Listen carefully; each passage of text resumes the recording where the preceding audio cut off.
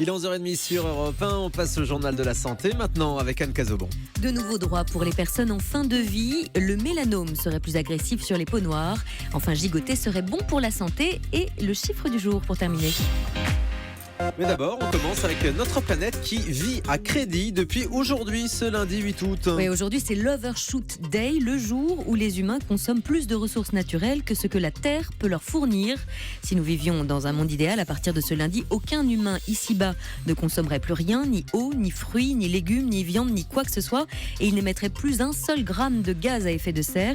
Dans un monde idéal, cette diète durerait jusqu'au 31 décembre, et ce afin que la planète Terre ait le temps de se régénérer. Mais comme vous l'avez sûrement remarqué, nous sommes loin de vivre dans ce monde-là. Les 21 semaines qui nous séparent de 2017 sont donc en trop et vont nous obliger une nouvelle fois à grignoter ce que nous n'avons pas et à griller des cartouches irremplaçables.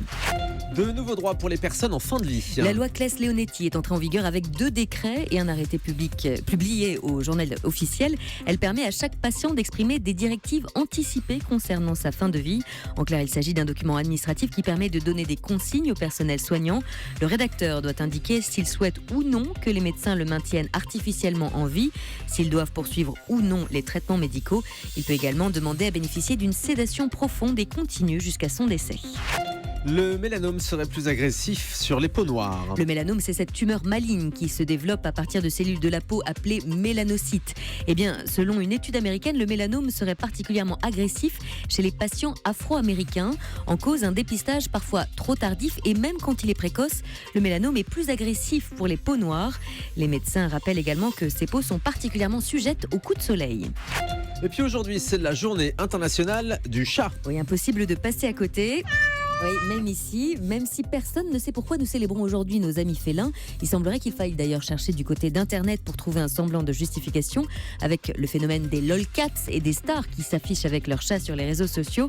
L'occasion également de rappeler que l'été est catastrophique pour les abandons d'animaux.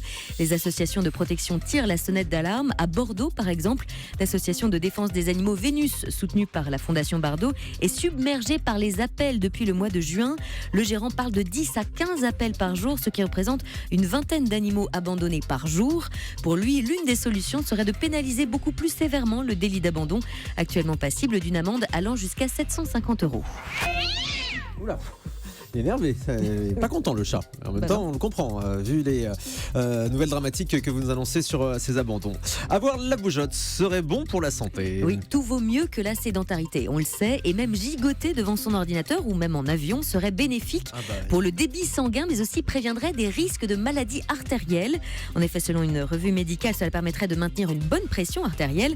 Alors pour ce qui est de gigoter, les médecins recommanderaient de taper des 2 jambes afin de maximiser les effets bénéfiques, tout en rappelant que cet exercice ne se substitue pas à la marche ou au sport, qui produisent eux des avantages cardiovasculaires bien plus consistants. C'est-à-dire taper les 2 jambes. Alors taper un peu du pied comme ça au sol. Ah d'accord, taper du pied sur un peu nerveusement comme ça. L'étude en revanche ne calcule pas et ne dit rien sur le degré d'agacement de vos voisins quand vous gigoterez à tout rompre. Allez, on termine avec le chiffre du jour. 20% des Français dorment mieux une fois de retour de vacances à la maison. Oui, certes, vous êtes 81% à mieux vous sentir après un voyage, 46% à être bien plus détendu, 42% à être heureux. Mais le sommeil peut se trouver perturbé dans des lieux différents de votre nid douillet.